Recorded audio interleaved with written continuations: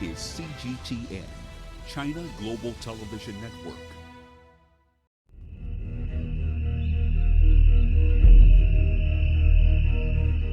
Every year, approximately 400 million tons of plastic is produced, and about 40% of that is single use.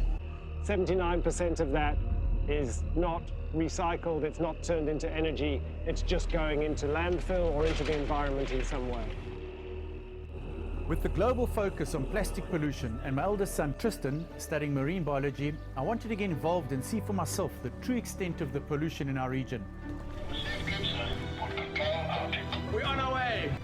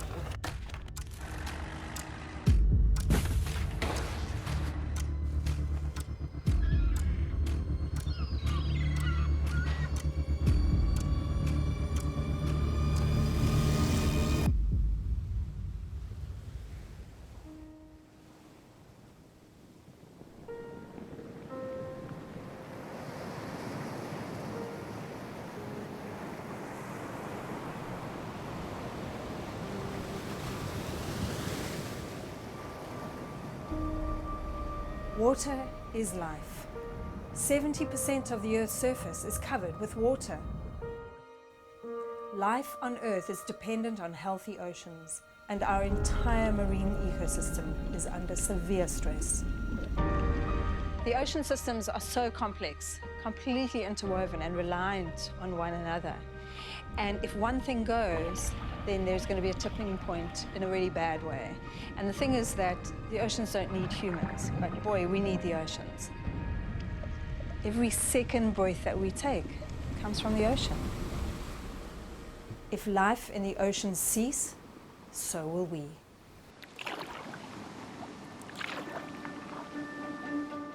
I've been on and around the ocean since childhood. After running a successful commercial diving company for the past 20 years, I felt a need to give back.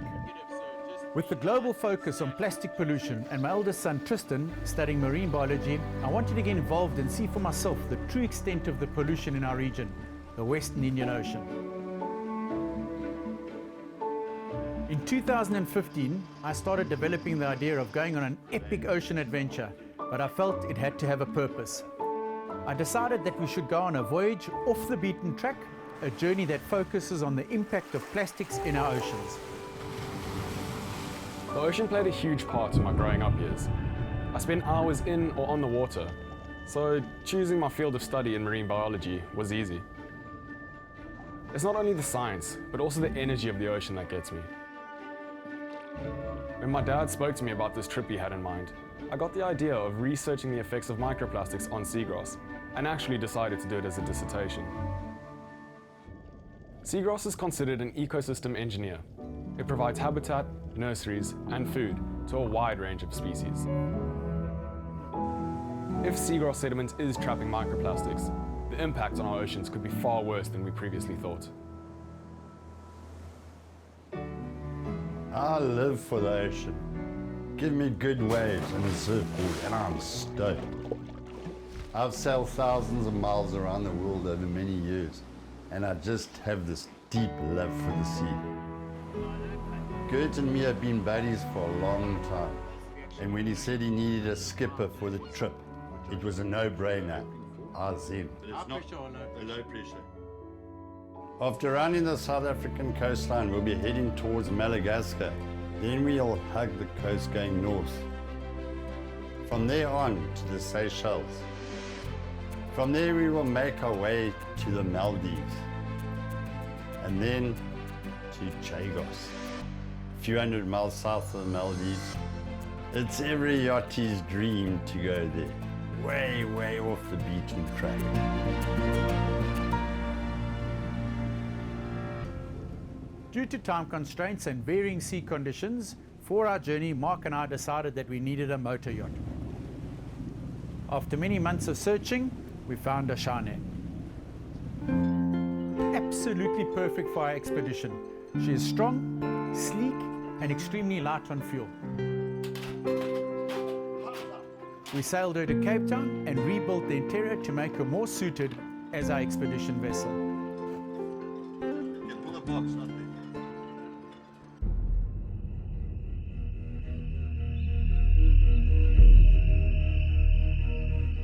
Every year, approximately 400 million tons of plastic is produced, and about 40% of that is single use. So I'm going to use it once and throw it away, which doesn't make any sense at all. The best estimates suggest that 79% of that is not recycled, it's not turned into energy, it's just going into landfill or into the environment in some way. And each year, it is estimated that between 5 to 8 million tons of plastic makes it into our oceans. Over time, large pieces of plastic will break down into smaller and smaller pieces that eventually become microplastics. My research will look directly into the effect of these microplastics on seagrass.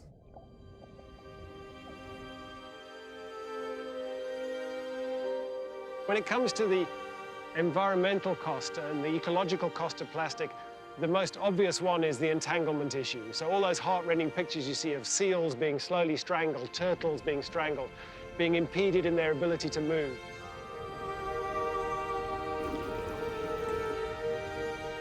The biggest environmental concern, and the reason why everybody's got very het up about plastics, is because of plastic getting into food webs, so ingestion, animals eating plastic.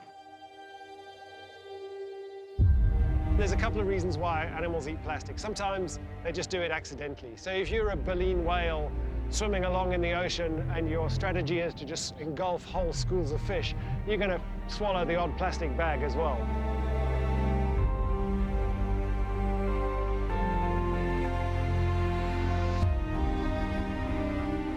But there's a whole bunch of organisms that actively eat plastic.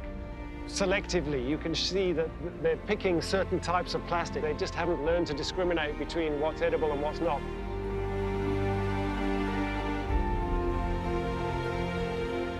If it's a sharp piece of plastic, it can cut you up inside.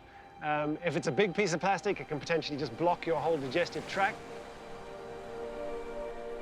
The really big concern for everybody and why people are worried about it is because plastics potentially introduce toxic compounds into the food web, and we as marine consumers are sitting at the top of that food web, so maybe we're also getting exposed to those toxins.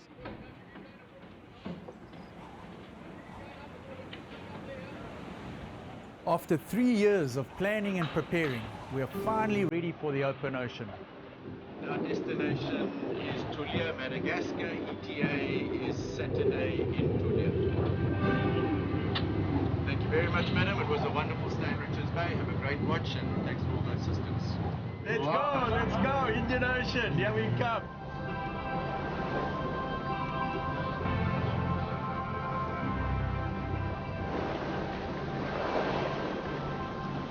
We headed out of Richards Bay this morning around 7 o'clock, and then we sort of went straight into a bit of a northeasterly wind and swell. Nothing too crazy, but we did have to sort of drop down the revs a little bit just because we were bashing into the short period.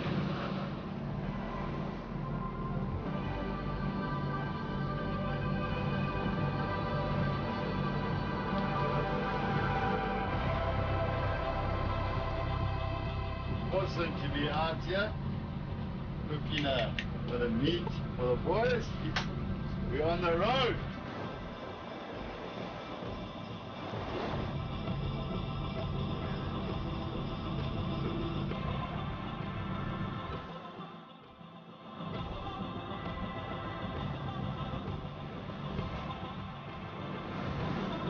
Watching it, she was like dancing this way, and then every now and then flashing that way, dancing.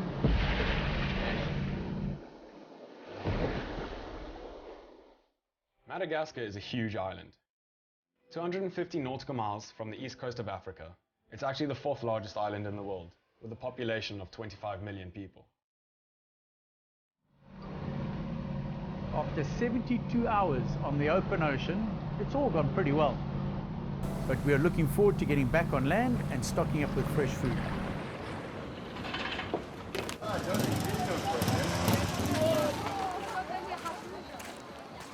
Okay, so check here, Bree, this is classic here. See, this is the Madagascar style of plastic bags. Should we get going? Hardly any plastic at all in the market and not one piece in our basket. This is how it should be. One bit of plastic. Merci, madame.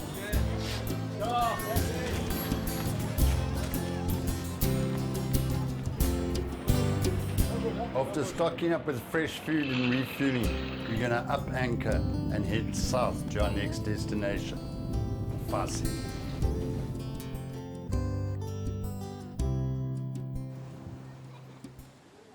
As we arrive in Bafasi, we notice that they have a very different take on single-use plastic.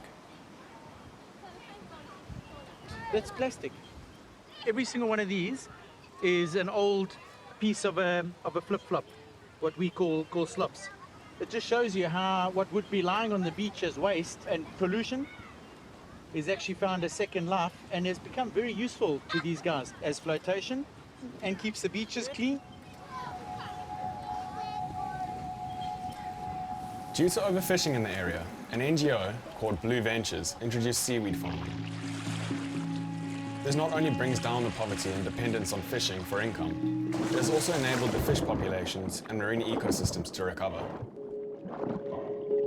Seaweed contains an alginate that is used as a commercial thickening agent in food, beauty products, and pharmaceuticals. It's grown on cultivation lines in the water and then harvested. The locals reuse water bottles they find to keep the lines floating close to the surface, which is where the seaweed gets all its sunlight for photosynthesis. You can see the plastic that's on the beach is really old, breaking up basically, which then becomes your microplastic somewhere. But the quantity on the beach is not massive.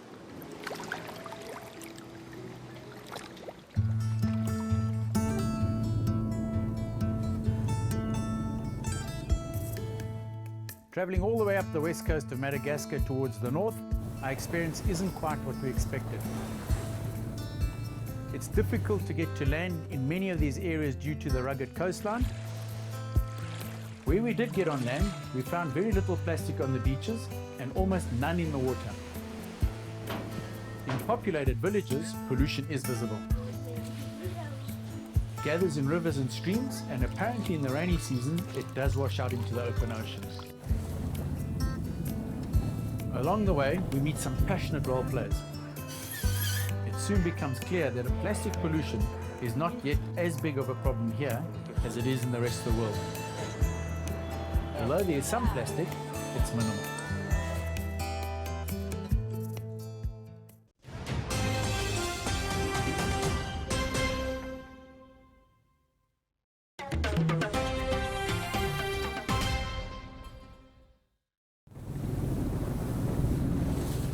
Madagascar has been a really cool and authentic experience. The pristine coastline and incredible diving just makes it exceptional. After a lot of cruising, exploring, and getting up north, we're eventually here, and it's time for me to get to work in the seagrass. This is our first dive. We'll be on the seagrass beds. We're going to go down a shot line, and then from there we'll go along each cardinal point. So we'll go along the north line, collect a sample at 5 meters from that central point, 10 meters, 15 meters, and replicate that. That will give us 12 samples from the seagrass, and then we'll pick everything up, head a little bit further down the beach, and jump onto the sand bottom, and do the same thing there. So by the end of today, we should have 24 samples. I'm quite excited to do it. It's been quite a long time coming. A lot of planning's gone into it, a lot of thought.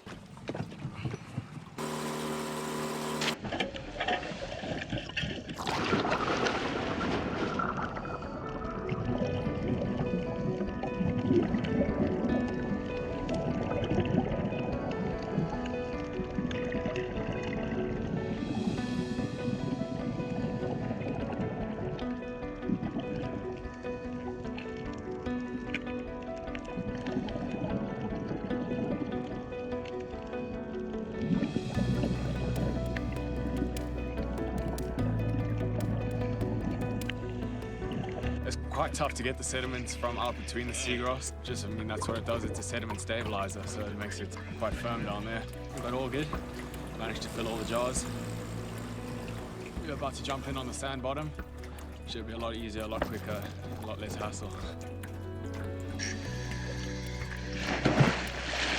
To be able to prove that seagrass is trapping more microplastics in its sediments due to its stabilizing nature, we also take samples from nearby sand beds to act as a comparison.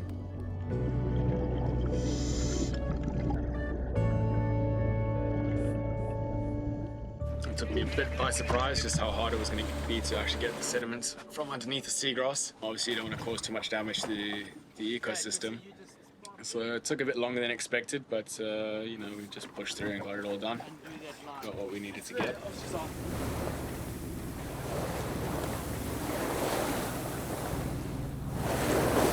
We're in the open ocean. We literally now are parallel with the end of Madagascar. It's always good to be at sea. Looking forward to the next few days. Hopefully the sea gods are good to us and we have reasonable sailing conditions. And yeah, looking forward to the Seychelles, something different, a new chapter.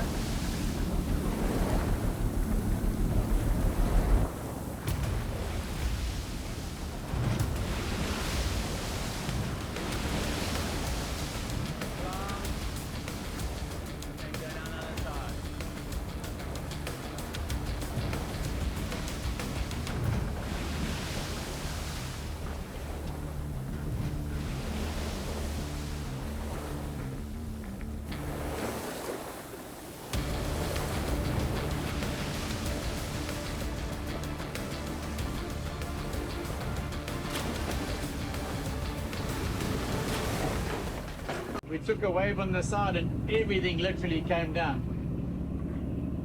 Pandemonium.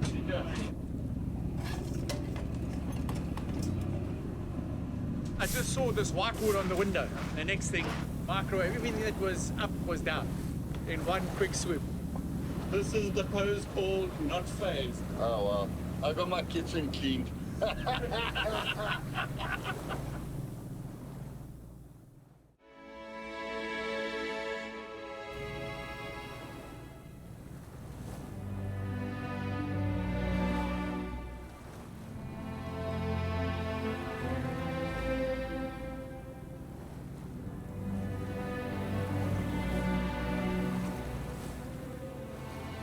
Seychelles is an archipelago consisting of some 115 islands, which are all fairly spread out.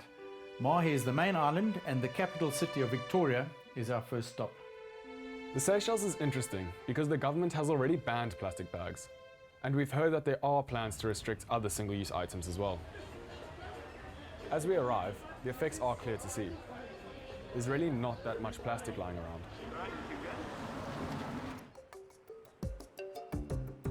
It's World Cleanup Day, and we're joining up with the Ocean Project team, who were a big part of the push to ban plastic bags. So the government in 2017 announced a ban on plastic bags and styrofoam takeaway boxes. You most probably won't find any styrofoam takeaway boxes, but you'll still find some bags. This is because the ban is not a complete ban on plastic bags, but it is only a partial one, and I think the idea behind it was that it would be phased out eventually. So we have actually about 27 cleanups that are happening. It's really this huge collaborative event, and the same thing across all of the beaches we're cleaning. We have hotels, NGOs, community groups and schools leading them. We are asking the cleanup leads to separate plastic bottles, but sadly everything else will go to the landfill. Why we do these cleanups? I mean, it's not necessarily just to stop rubbish from ending up in the sea or to collect marine litter. It is to get people down to the beach to see for themselves how much rubbish there is and what it's made of, and learn a bit more about plastic.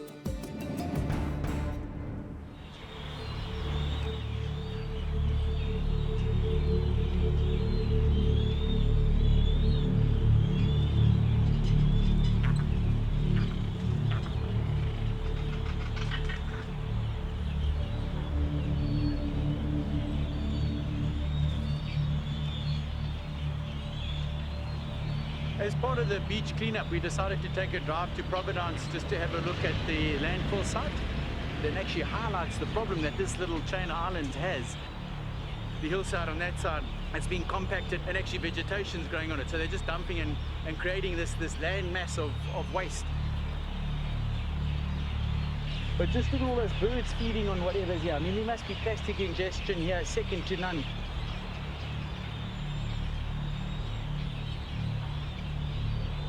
Years to come, as tourism increases, there's more resorts, more people visiting, more local population. It'd be interesting to know from the government whether they've got any long-term plans on how to actually deal with this.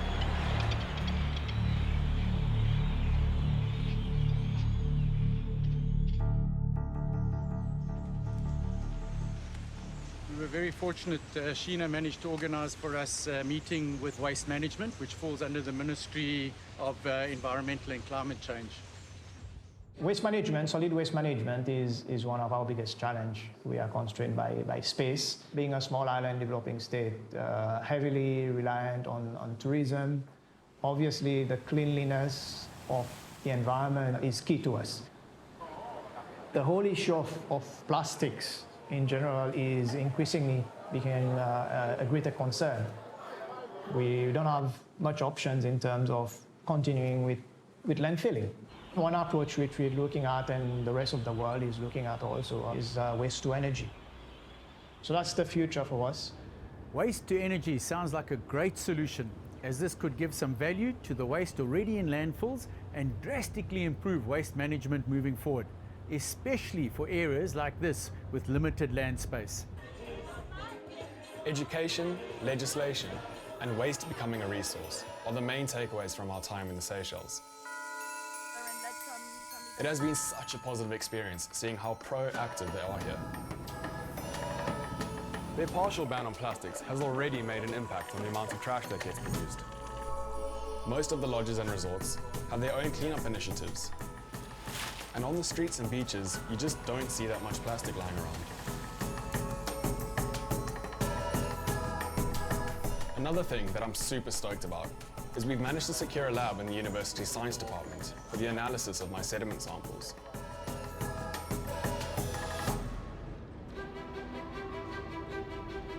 Okay, we're heading out to visit the outer islands. Off we go. Apparently plastic is not as well managed as it is around Mahe, so it'll be very interesting to see. Our first stop is Kuzan Island. It was the first sea and island reserve in the Indian Ocean.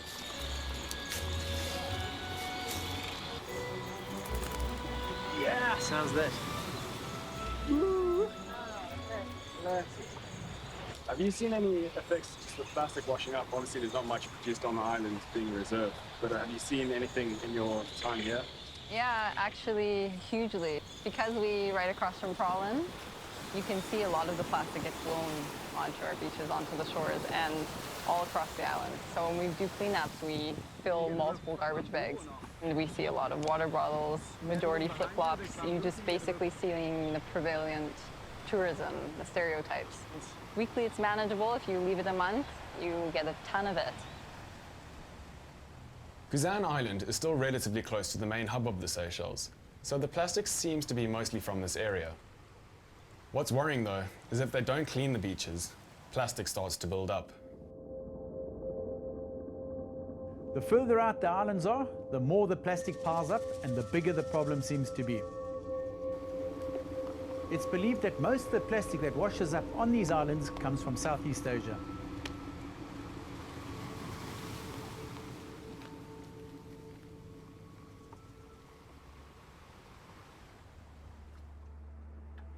Even though the plastic pollution around Mahe doesn't seem that bad, I'm still curious to find out what lies in the seagrass here. We're going to get in the water and do our second sample acquisition. Instant diver, just add water. It'll be interesting to see how the results differ between Madagascar and the Seychelles, and how that relates to our experiences with plastic in each location.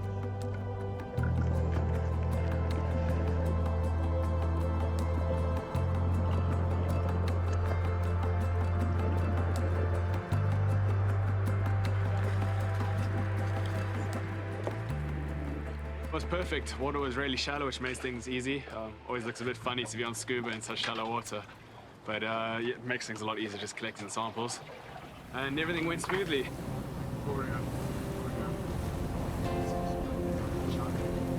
no, this is catching, so like I said, the ladies, but that's the counter-current. The distance from Mahe to the main island of Mali in the Maldives is 1,206 nautical miles.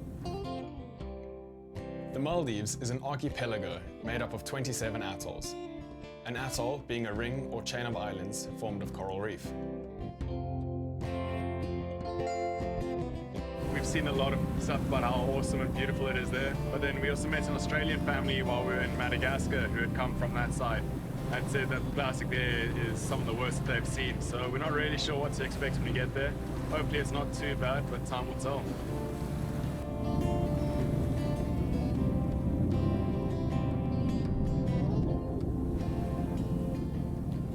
The city of Mali is jam-packed.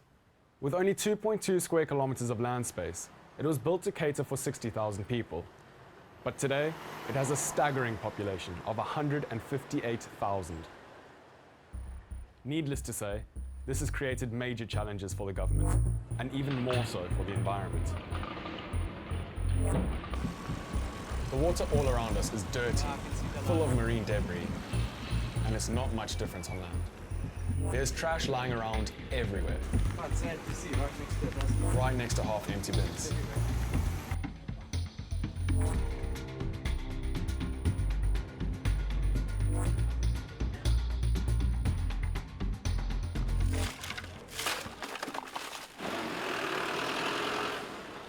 Waste is collected in the city and then offloaded onto a barge and taken to a nearby island called Tilafushi. Infamously known as Burning Island, it was founded on reclaimed land. But the scary thing is that this reclaimed land has been built using unseparated waste.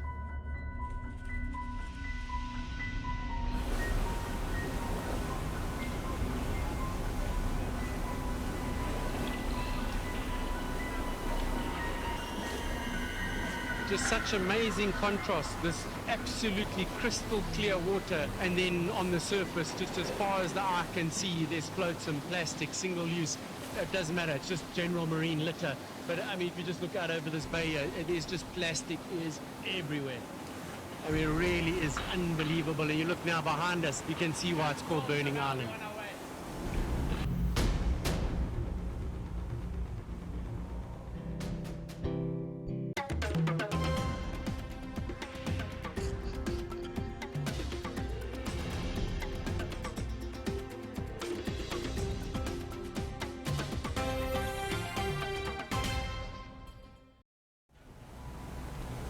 The island burns 24/7, 365 days a year, and has been doing so since 1992.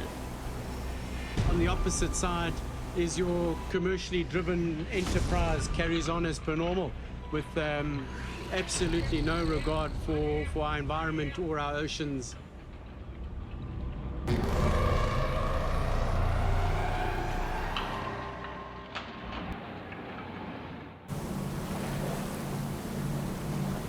We're heading now to a meeting with the Deputy Mayor of Maldives to find out what the government's plans are for this ecological disaster.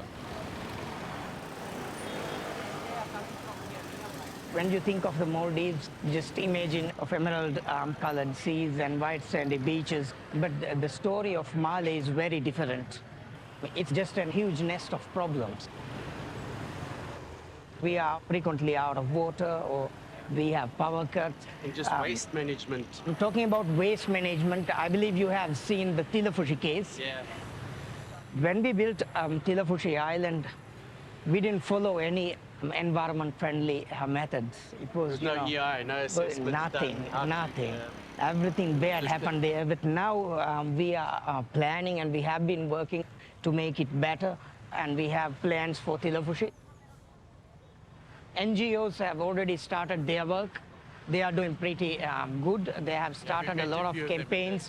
Even in the neighborhoods, they organize cleanup programs, and we join them sometimes.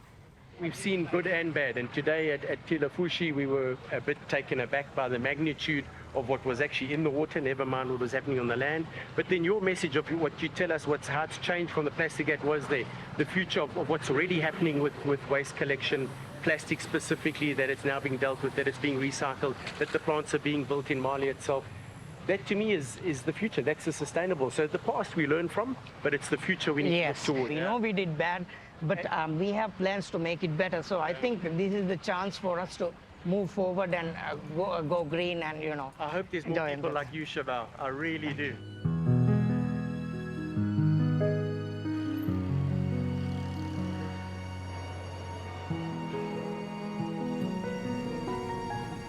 We're on our way to a beach on Vilangili Island to find out about a special project called Farukoi. Morning, ladies. This is such an awesome project that aims to enable every single school student in the Maldives to explore the reef and all the beautiful life that it supports. Faru means reef, Koi is child. So every child will be able to see the fish and the reef, the environment. So that's what we are trying to teach the kids.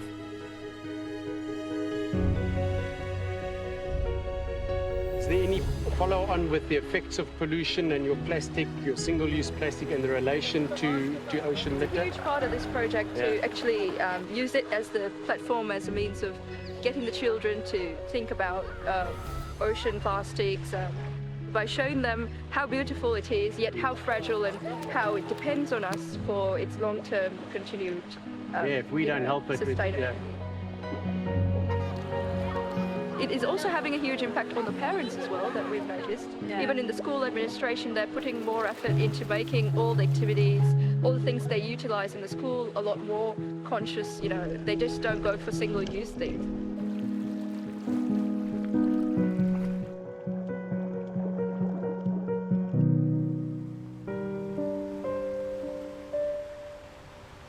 This is such an inspiring program, but even here we are reminded about the mess our generation and the ones before us have created. Yeah, we are right just on the shoreline next to where the kids are snorkeling.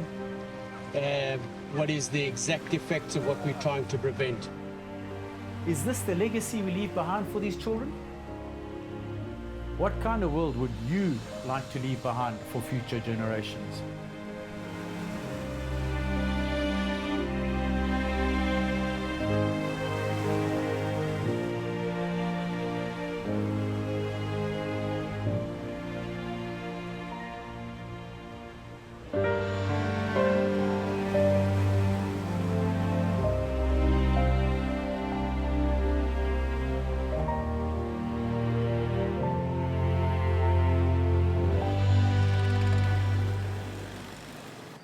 Over the next few days, we meet more incredibly dedicated people, all with a mission to protect the environment, with education being a cornerstone of their efforts.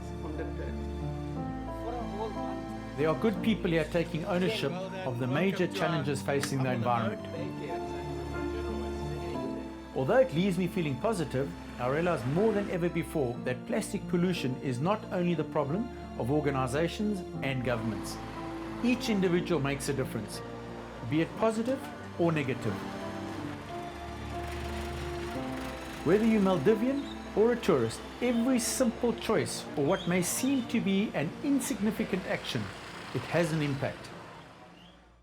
It's up to all of us.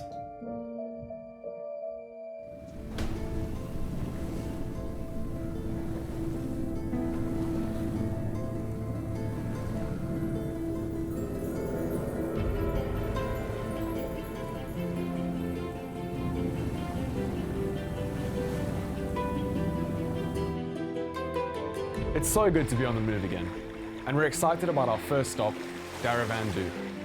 It's an island in the Bar Atoll, a UNESCO Biosphere Reserve, which is well known for swimming with manta rays.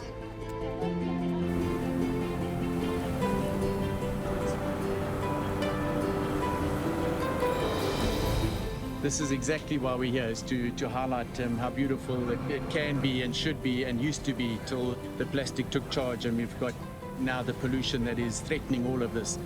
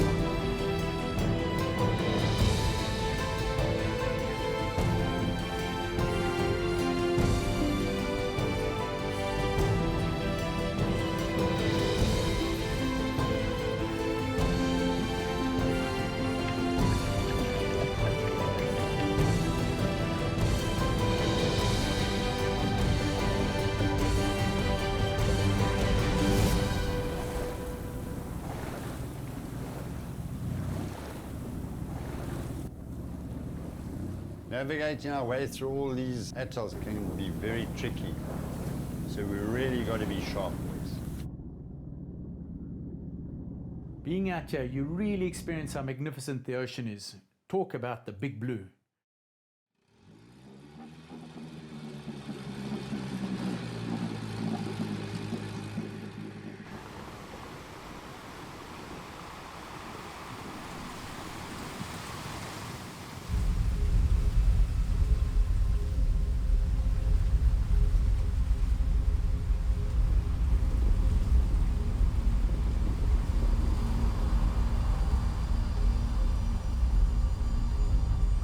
Just to consider, Tris, that we're now at the southern point of the Vavo Atoll. I mean, it's uninhabited. So this is all floated in here, primarily PET bottles, and then your other fishing stuff.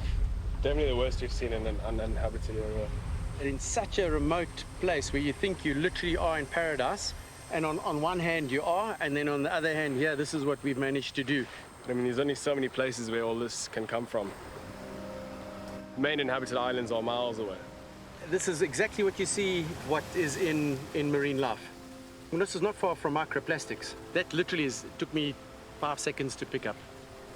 There's sections at the back there where you can actually see it's been dumped. Someone's purposefully come here and dumped bagged waste. It's both saddening and infuriating at the same time that this is what we've done. When I say we, tourists, locals, everybody's to blame.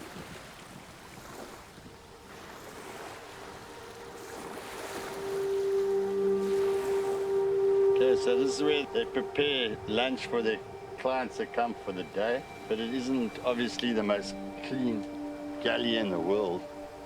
Cook the fish or whatever, and then they just throw and leave all the rubbish behind. So they got all of these all over, scattered all over the place. I mean, this is just one of the prep areas. There's another one further down.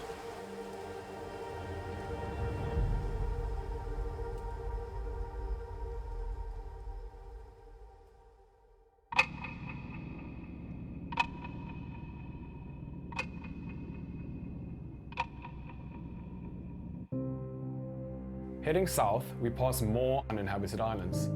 We can't get to them because they have such wide and shallow reefs. So we get the drone out to take a closer look.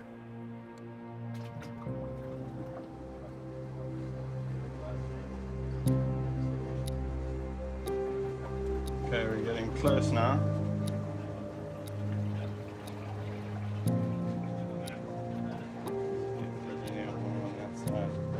It's all plastic. It's just tons of it. Carpeted plastic.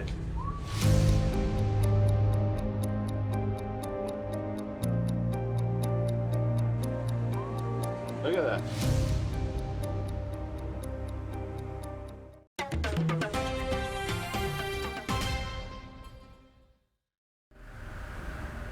I'm wondering if this is going to be the case with every uninhabited island.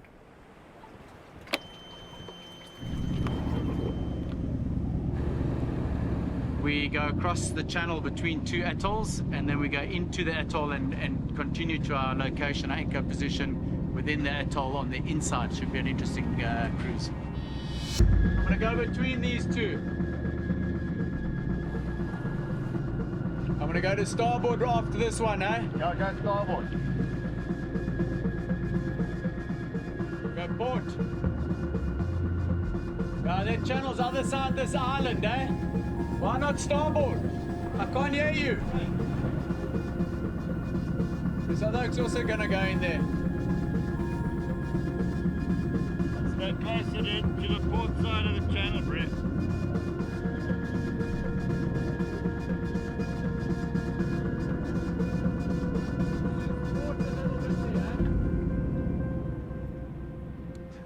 That was probably one of the most nerve-wracking entrances we've done to date since we've owned this boat. Just looked really sketchy. We're in a little hole now. I think we're safe here. We're sort of between sand and coral. There was a local vessel in front of us that just cruised through like it was a piece of cake. Tomorrow we're leaving on high tide, that's for sure.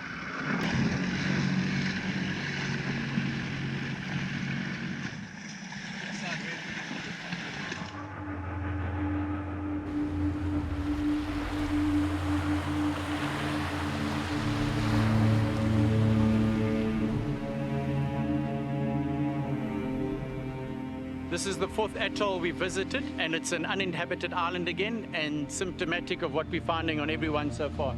It's just littered with plastic pollution.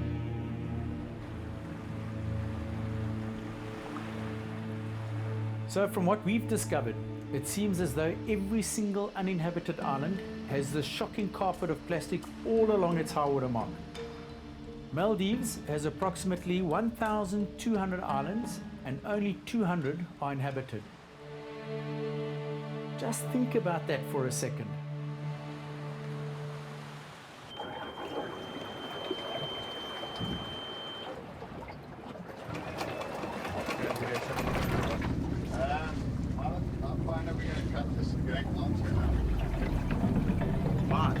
No, it is hard. I think we go up to that red first. We gotta go. Just take it easy going up, yeah. You go away from that side, follow where that other vessel came from. Go, Chrissy, we need to just keep an eye out here for bobbies, eh?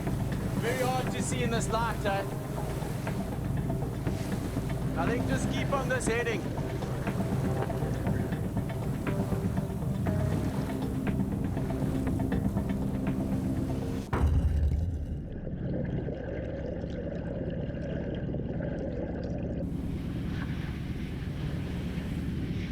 I hope that was the kill.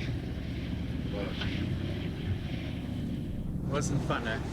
Never nice when your boat touches bottom. It's the one thing that you always shit yourself for, and we did it. Anyway, we got away with it. I think we just hit the keel. The captain went pale. I haven't seen him. He's quite sunburnt, as you can see. He went very white. But here we are. We're okay. It's such a narrow channel that you got to squiggle your way through, and at 6 o'clock in the morning, you don't have the right light. We followed our track, but yeah, these things happen.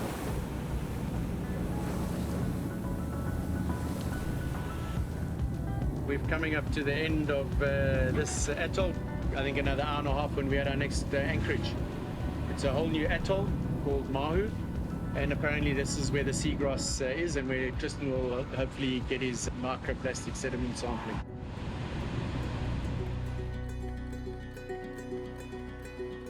Island there by the pass is also again covered in plastic water bottles and all sorts. We'll see how long that stays there and if that's breaking down into microplastics right here. So it should be interesting. There's not big enough seagrass beds. There's lots of them, but not one big enough to carry on my standard method of collection. So we're gonna have to look at doing 2 or 3 smaller seagrass beds and then the same things with the sand bottom, just because it's quite patchy going along that shallow bank there.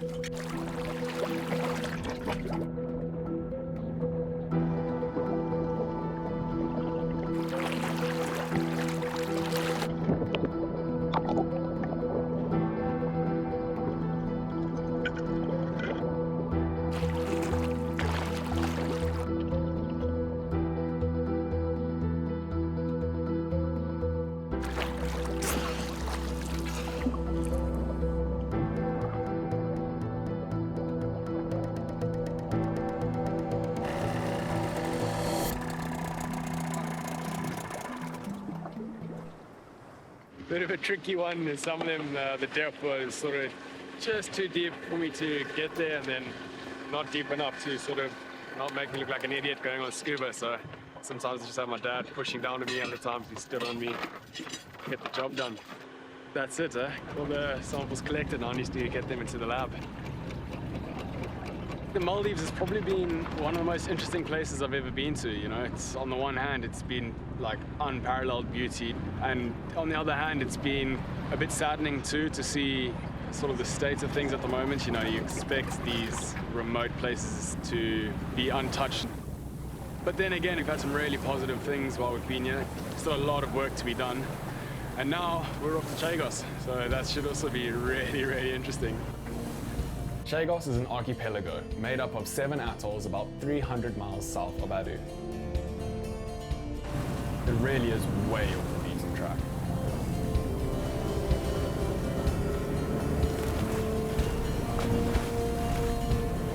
Leaving the Maldives, we went into some bumpy sea conditions over 2 nights. Today we woke up with the most beautiful sea conditions. It's just perfect flat sea conditions, no wind, beautiful. We've got a bit of bird life around us. This is what living life's all about.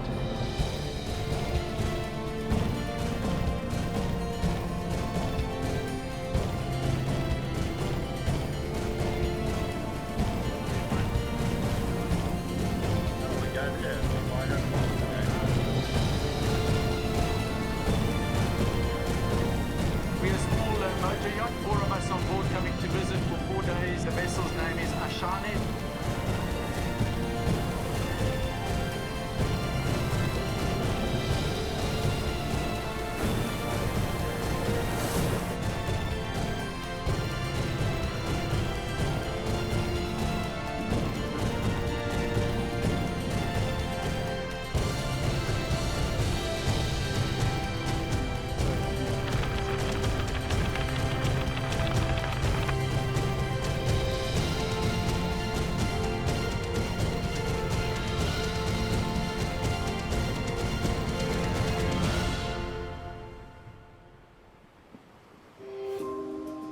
The Great Chagos Bank is the largest atoll in the world at nearly 13,000 square kilometers.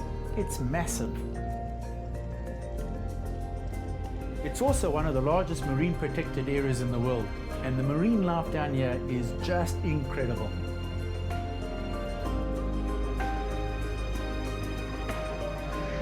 So do you think we've found paradise, guys?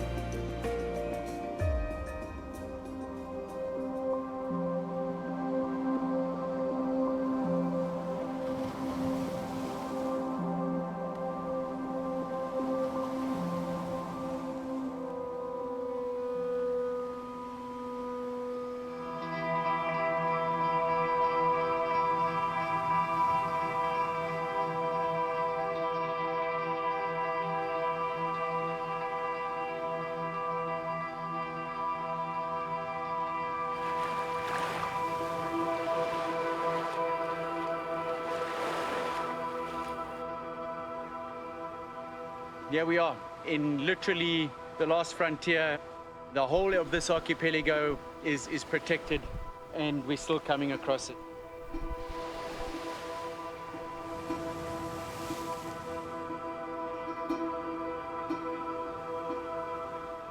Finding these tracks just highlights the importance of the sort of work we're doing. You know, you can tell that a turtle's come up probably through the night, all the way from the waterline, up the beach, and then made its nest here. Would have laid around 200 eggs. And you know, just for it to get there, it would have had to come across loads and loads of plastic. These little hatchlings are eventually going to come out and try and make their way to the water. You don't want them being interfered with plastic and all sorts of hazards and things. Quite sad to have such a place so full of life scarred by all the plastic along this little stretch.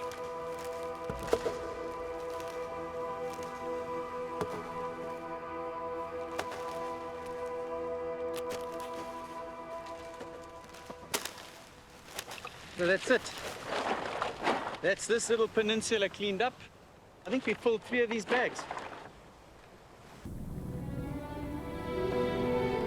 So we anchored as per our permit yesterday evening off Ile Diamante and went ashore just to take a walk on the beach. And we did a bit of a beach cleanup. We now sit with the conundrum of what exactly do we do with all these plastic bottles and flotsam that we've piled. I'm not sure if we'll get a chance to get up there today. If you are going to leave it, if you can leave it above the high water mark, and if you do any specifics in the future, if you have the room, if you can take it with you, that would be great. Well, we're going to go and take it with us, and hopefully they can then collect it from there.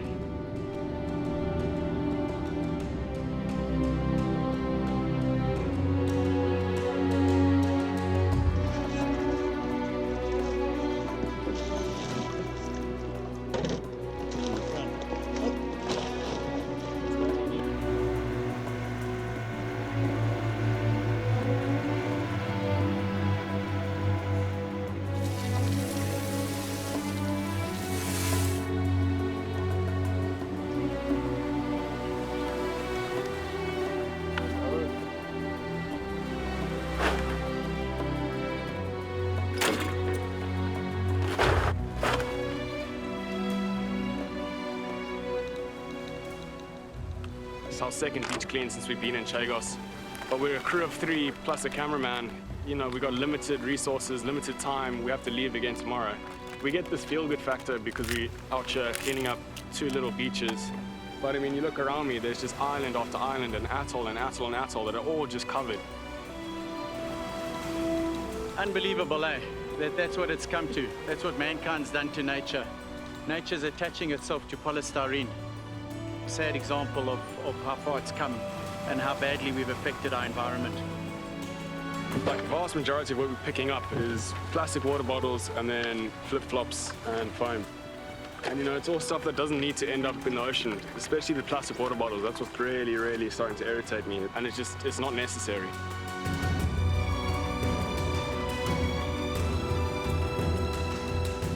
Chagos is uninhabited, so by the time a lot of the plastic washes up here, it's really broken down and degraded. And not only does it make it harder for us to pick it up, but a lot of it ends up in the water and in the sediments and being ingested by the animals all around here.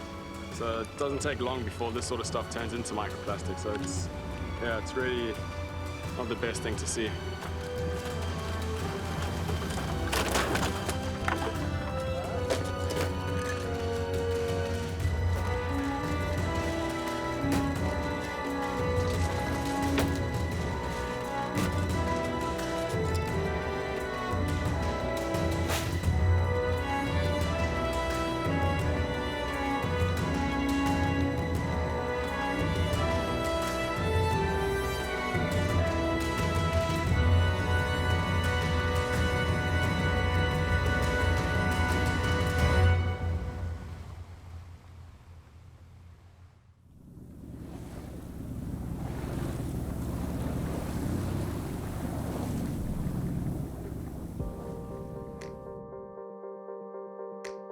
Back in the Seychelles, I'm still trying to come to terms with what we've just experienced.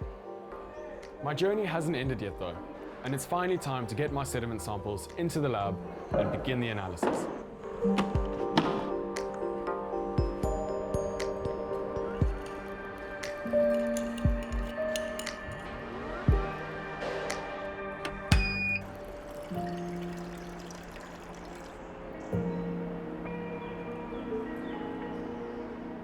We have found that the seagrass sediment holds an average of around 4 times more microplastics than in nearby sandbeds.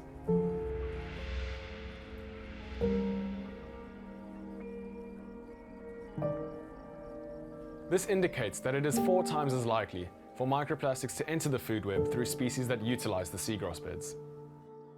The knock-on effects of this could prove to be seriously detrimental to the greater marine ecosystem.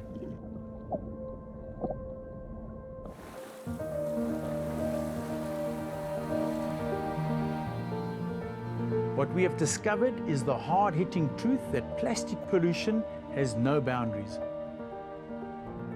What doesn't sink to the ocean floor floats and travels with the winds and the currents.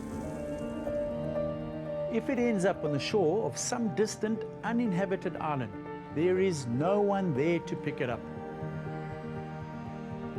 For me, the next mission is to clean up these beautiful islands. On our journey, we have met some incredible people that have given us hope. If you really put your mind into something, it will change, and the healing power of nature is something what we humans are completely underestimating. By making better choices every day, together, we become part of the solution.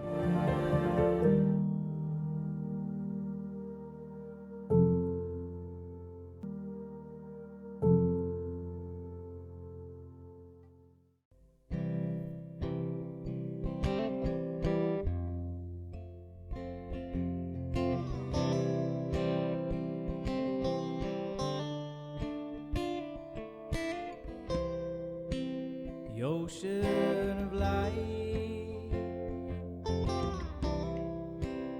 what will this tide bring? Ripples of change, or will we keep fighting? 'Cause I had a dream,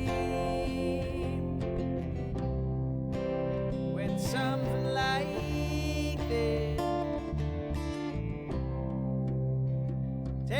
from the shore. Lost tropical blaze.